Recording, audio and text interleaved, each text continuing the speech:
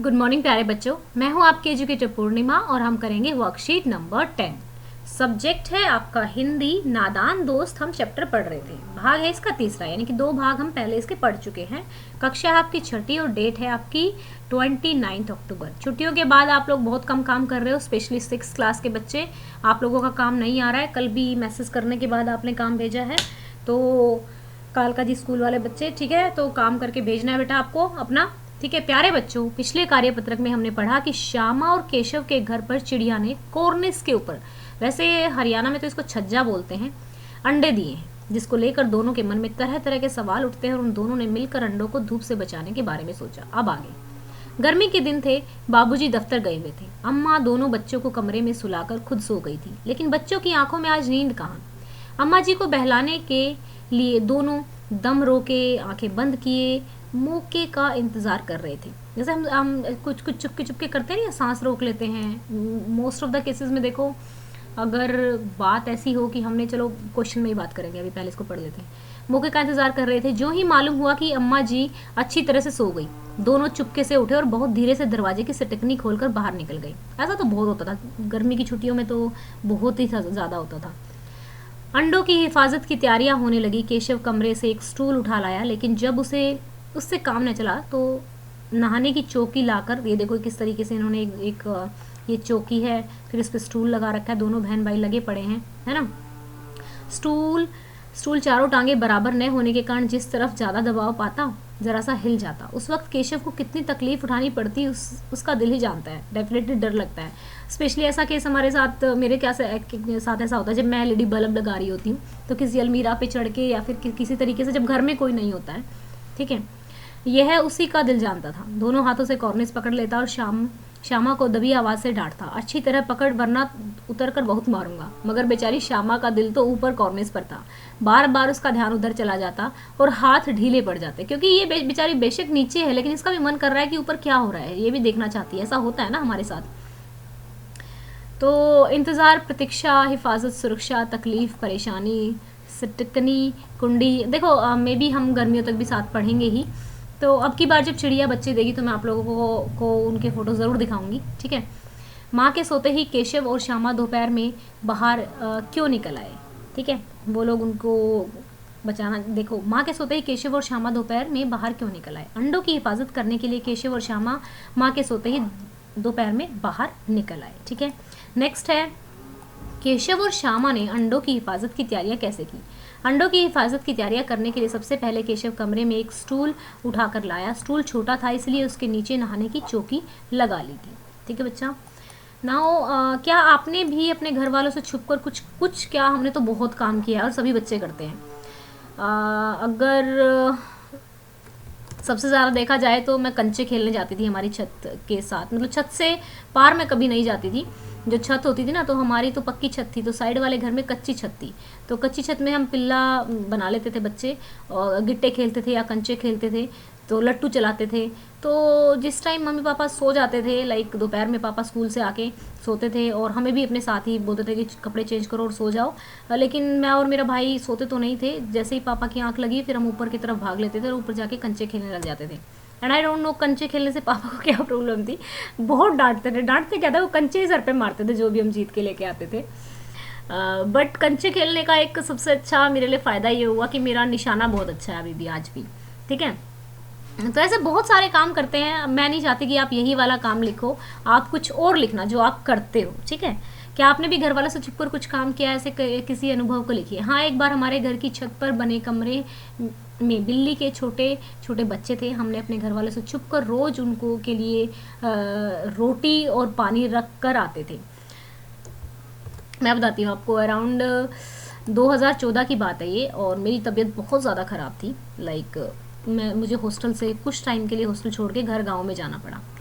तो वहाँ पे उस टाइम पे और हमारा जो गांव है वहाँ से एक नहर बहती है, तो उसको झील बोलते हैं लोग, गांव के लोग झील बोलते हैं। तो उस झील पे बहुत सारे बंदर रहते हैं, और वो बंदर कभी कभी हमारे गांव में भी आ जाते हैं। तो माँ रोटी जो बना के जाती थी, तो किचन थोड़ा ओपन सा था, तो मैं क्या करती थी, माँ ने मना किया था कि इन बंदरों को कुछ डालना नहीं है, और अदरवाइज़ तो ये रोज़ आएंगे और फिर यहीं पे मतलब परेशान करेंगे मुझे। तो माँ खेत में चली जाती थी और मैं घर पे अकेली होती थी। तो बंदर क्या, कुत्ता क्या, मोर क्या, जो भी आता मैं उन सबको सब कुछ डाल देती थी। एंड वो उन लोगों को रोज़ आदत हो गई थी आने की। बहुत अच्छा लगता था ऐसे, लेकिन माँ से डांट भी बहुत पड़ती थी। कई बार ऐसा होता था कि माँ रोटी बना के गई होती थी और तब तक मैं वो सारी रोटियाँ बंदरों को डाल चुकी होती थी, तो माँ को दोबारा आकर बनानी पड़ती थी। तो ऐसा बहुत सारा काम करते हैं हम, जो शरारतें होती है बचपन में। लाइक मैं तो अभी भी थोड़ा बहुत कर देती हूँ जब मुझे दया आती है किसी पे मेनली। जब अभी देखो मैं बताती हूँ आपको, अभी करवा चौथ आ रहा है ना, तो करवा चौथ पे सब लोग होइयाँ खरीद रहे थे। तो दीदी कुम्हारिन आई हुई थी और वो एक तो छोटी सी होई और कुछ ऐसे मटका सा दे रही थी, बड़ा सा। मतलब मुझे ये तो नॉलेज नहीं है कि क्या वो दे रही थी। एक बड़ा मटका था और एक छोटी मटकी थी, ठीक है। तो उसको शायद होई बोलते हैं, क्योंकि होई माता का भी व्रत आने वाला है। तो मम्मी उसको कह रही थी कि वो कह रही थी कि पता नहीं कितने की, 200 रुपये की समथिंग की। तो मम्मी या फिर दीदी जो है उससे नेगोशिएट करने की बात कर रही थी। तो मैं कह रही थी कि कुम्हार जो है बेचारा अपना हाथ का काम करता है, हम लोग इतने का तो पिज़्ज़ा भी खा लेते हैं, आप इनसे क्यों कर रहे हो, आप इतने महंगे महंगी चीज़ें लेकर आते हो। तो जो कुम्हार है उसको हमें अब की बार अगर आपको जलाना है तो दिया जलाना बेटा, ठीक है, मोमबत्ती मत जलाना, क्योंकि इससे हमारा जो कुम्हार है उसको सपोर्ट मिलता है और हाथ का वर्क होता है बड़ा ही सुंदर होता है, अच्छा लगता है ना। तो प्रश्न नंबर 4, जब आपने घर वालों से छुप कर कुछ काम किया तो बताओ तुम्हारे मन में क्या क्या सवाल उठे। हमारे मन में सवाल उठे कि अगर मम्मी पापा को इसके बारे में पता चल गए तो वो हमें डांटेंगे या मारेंगे। तो नहीं, मारते ही थे वो।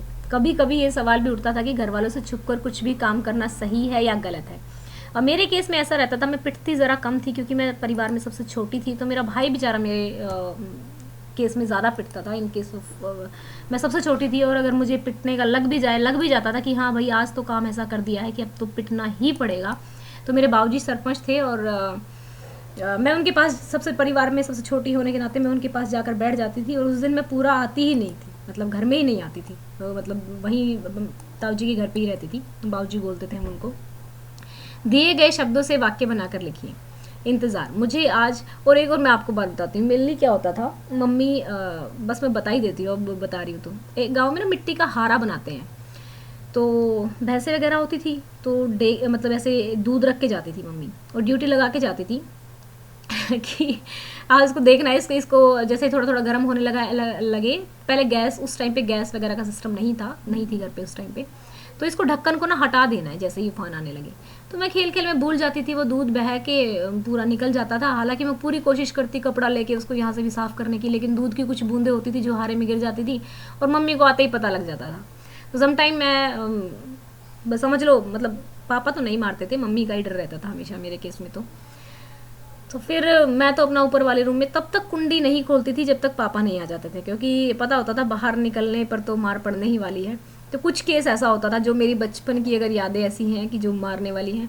दूसरा ऐसा होता था कि भैंस, शाम का टाइम पे भैंस को दूध देना होता था, और अब मैं खेल में या फिर किसी चीज़ में इतना बिजी हो जाती थी। तो भैंस जो होती है जब दूध देती है ना, तो जो उसका बच्चा होता है, तो वो कई बार बहुत, मतलब जिस उससे रस्सी से बंधा होता है उस रस्सी को तुड़ा के वो अपनी माँ का दूध पी जाता था सम टाइम।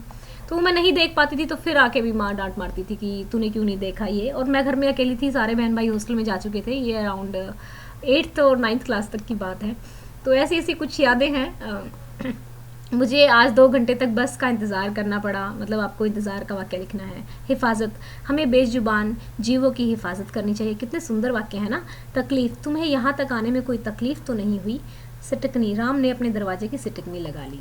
तो बच्चों इसी तरीके से आप भी अपना एक चीज़ों को याद करोगे जब थोड़े बड़े हो जाओगे। जैसे मैं आज आप लोगों को बता रही हूँ, आप लोग भी कल किसी को बता रहे होगे।